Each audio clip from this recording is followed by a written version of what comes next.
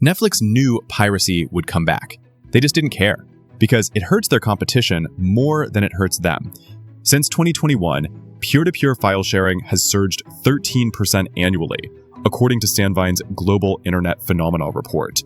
The Pirate Bay, supposedly killed dozens of times, processes more searches per day now than in 2018. But here's what Netflix won't tell you. When movies leave their platform for competitors, piracy of those specific titles jumps 20% within weeks. They've studied this. They know. And they're using your frustration with their rivals as a business strategy. In 2013, Netflix's chief content officer said, "In order for Netflix to be successful, we need to become HBO faster than HBO can become us." Fast forward to 2024. Here's Netflix CFO Spencer Newman at their earnings call. Quote, "We aim for this business to be a growth business for the company, with margins that our shareholders will feel good about." Translation: we're done competing on value. Now we squeeze. Since 2019, Netflix has raised prices significantly. Basic plan from $8.99 now discontinued.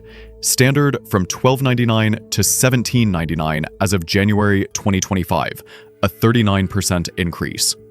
Cut licensed content library by 31%, according to Flixible's database tracking. Added forced ad tiers after promising they never would. Cracked down on password sharing after building their brand on it. And their competitors? Disney Plus at $11.99 with ads as of October 2025. HBO Max at $18.49 for standard. Paramount Plus, Peacock, Apple TV Plus, each with exclusive libraries, each demanding separate subscriptions. The average household now subscribes to 4.7 streaming services, according to Deloitte's 2024 Digital Media Trends survey.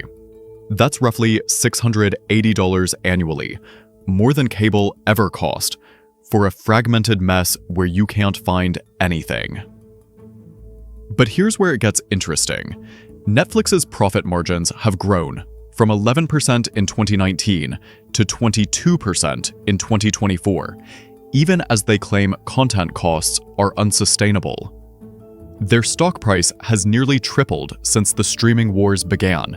Reed Hastings personally made billions during this transition. This isn't incompetence. This is the plan working exactly as intended. When a subscriber can't find a movie on Netflix and it's locked behind Disney Plus or Paramount Plus, three things happen. First, 20% of users pirate it instead, verified by a Journal of Economic Behavior study on content migration patterns. Second, the subscriber blames the competing platform for not having anything good.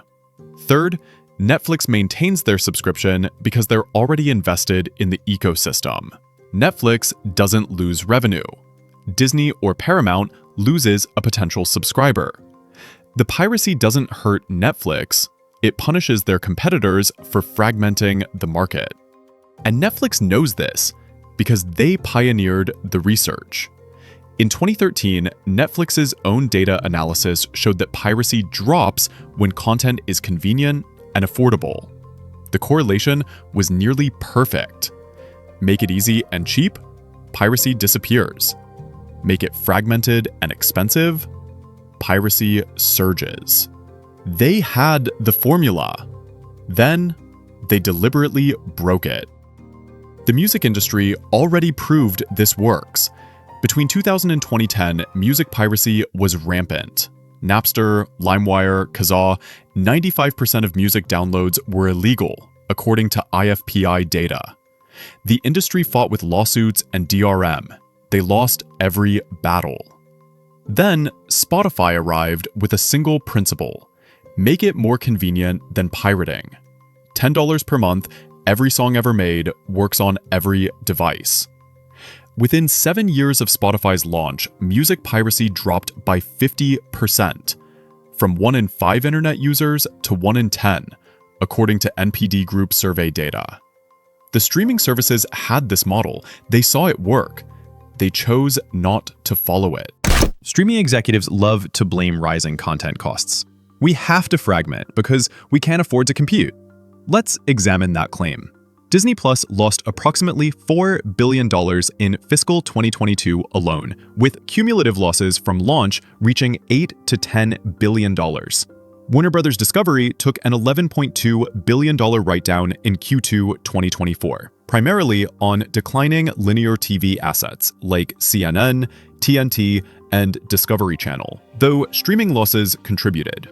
Paramount Plus posted its first profitable quarters in mid-2024, but returned to losses by Q4. But here's what they won't tell you. These losses aren't from offering too much value to consumers. They're from a decade of financial Hail Marys wrapped in CGI. The Marvels 2023, $378 million budget, $206 million global box office. After theaters take their 40 to 70% cut, varying by market and negotiation, Disney saw perhaps $80 to $100 million in theatrical revenue. Add marketing costs, conservatively $100 to $150 million, and you're looking at a $400 million plus loss on a single film. Rebel Moon, Netflix 2023. Estimated $166 million budget for a film that barely registered in cultural conversation and disappeared from Netflix's own top 10 within weeks.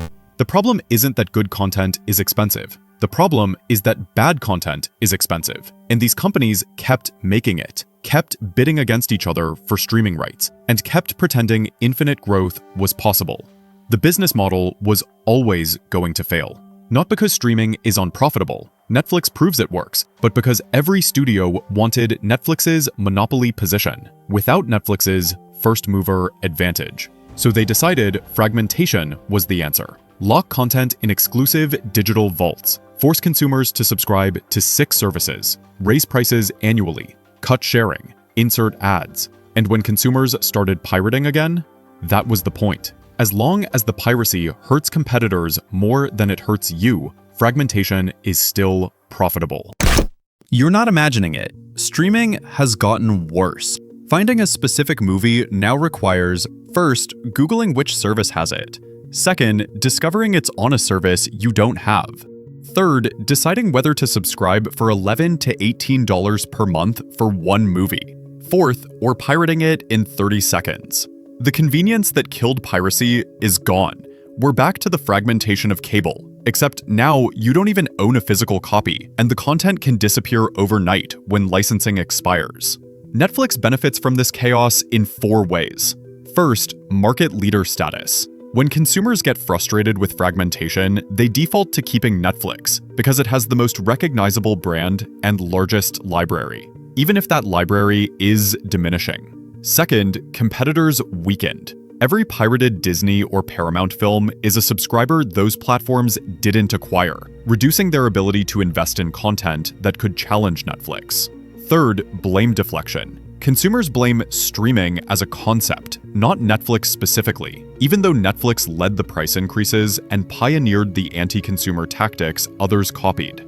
Fourth, original content moat. As competitors burn cash on unsustainable spending, Netflix has shifted to a profitable original content model, making them less dependent on the licensed content that's fracturing the market. Every studio looked at Netflix's success and thought, we should do that too. But they missed the critical insight. Netflix succeeded because they were the only convenient option. The monopoly was the value proposition. When Disney pulled their content from Netflix to launch Disney Plus, they weren't thinking, how do we make this better for consumers? They were thinking, how do we capture Netflix's margins? The same calculation happened at Warner, Paramount, NBC, Sony. Everyone wanted their own subscription revenue stream. Everyone wanted to bypass the theatrical window and control distribution. The result? We went from 1 streaming service with most content to 7 services with fractured content. From $8.99 per month to $680 per year. From convenience to chaos. And through it all, Netflix smiled, because they knew what would happen next. The streaming model as it exists today is unsustainable, and everyone knows it. We're already seeing the cracks. Warner Brothers Discovery and Paramount are exploring mergers. Peacock and Paramount Plus have never turned consistent profits. Apple TV Plus exists seemingly as a loss leader for hardware sales. Within 3 years, we'll see consolidation. 2 or 3 services will dominate. Prices will stabilize, not because companies become generous, but because they'll have eliminated enough competition to stop the destructive bidding wars. And Netflix will still be standing, having weathered the storm they helped create, with competitors too weakened to challenge their position. The piracy problem will persist as long as fragmentation does. The executives who told you this was about creator compensation and sustainable models, they knew this would fail. They just needed it to last long enough to extract maximum value before the consolidation they were always planning. When piracy surges past 10% of all viewing, and Sandvine's data trajectory suggests we'll hit that mark by 2026, remember who architected this system. Remember who chose fragmentation over convenience. Remember who thought squeezing customers with 39% price increases while cutting content by 31% would work forever. You heard it here first.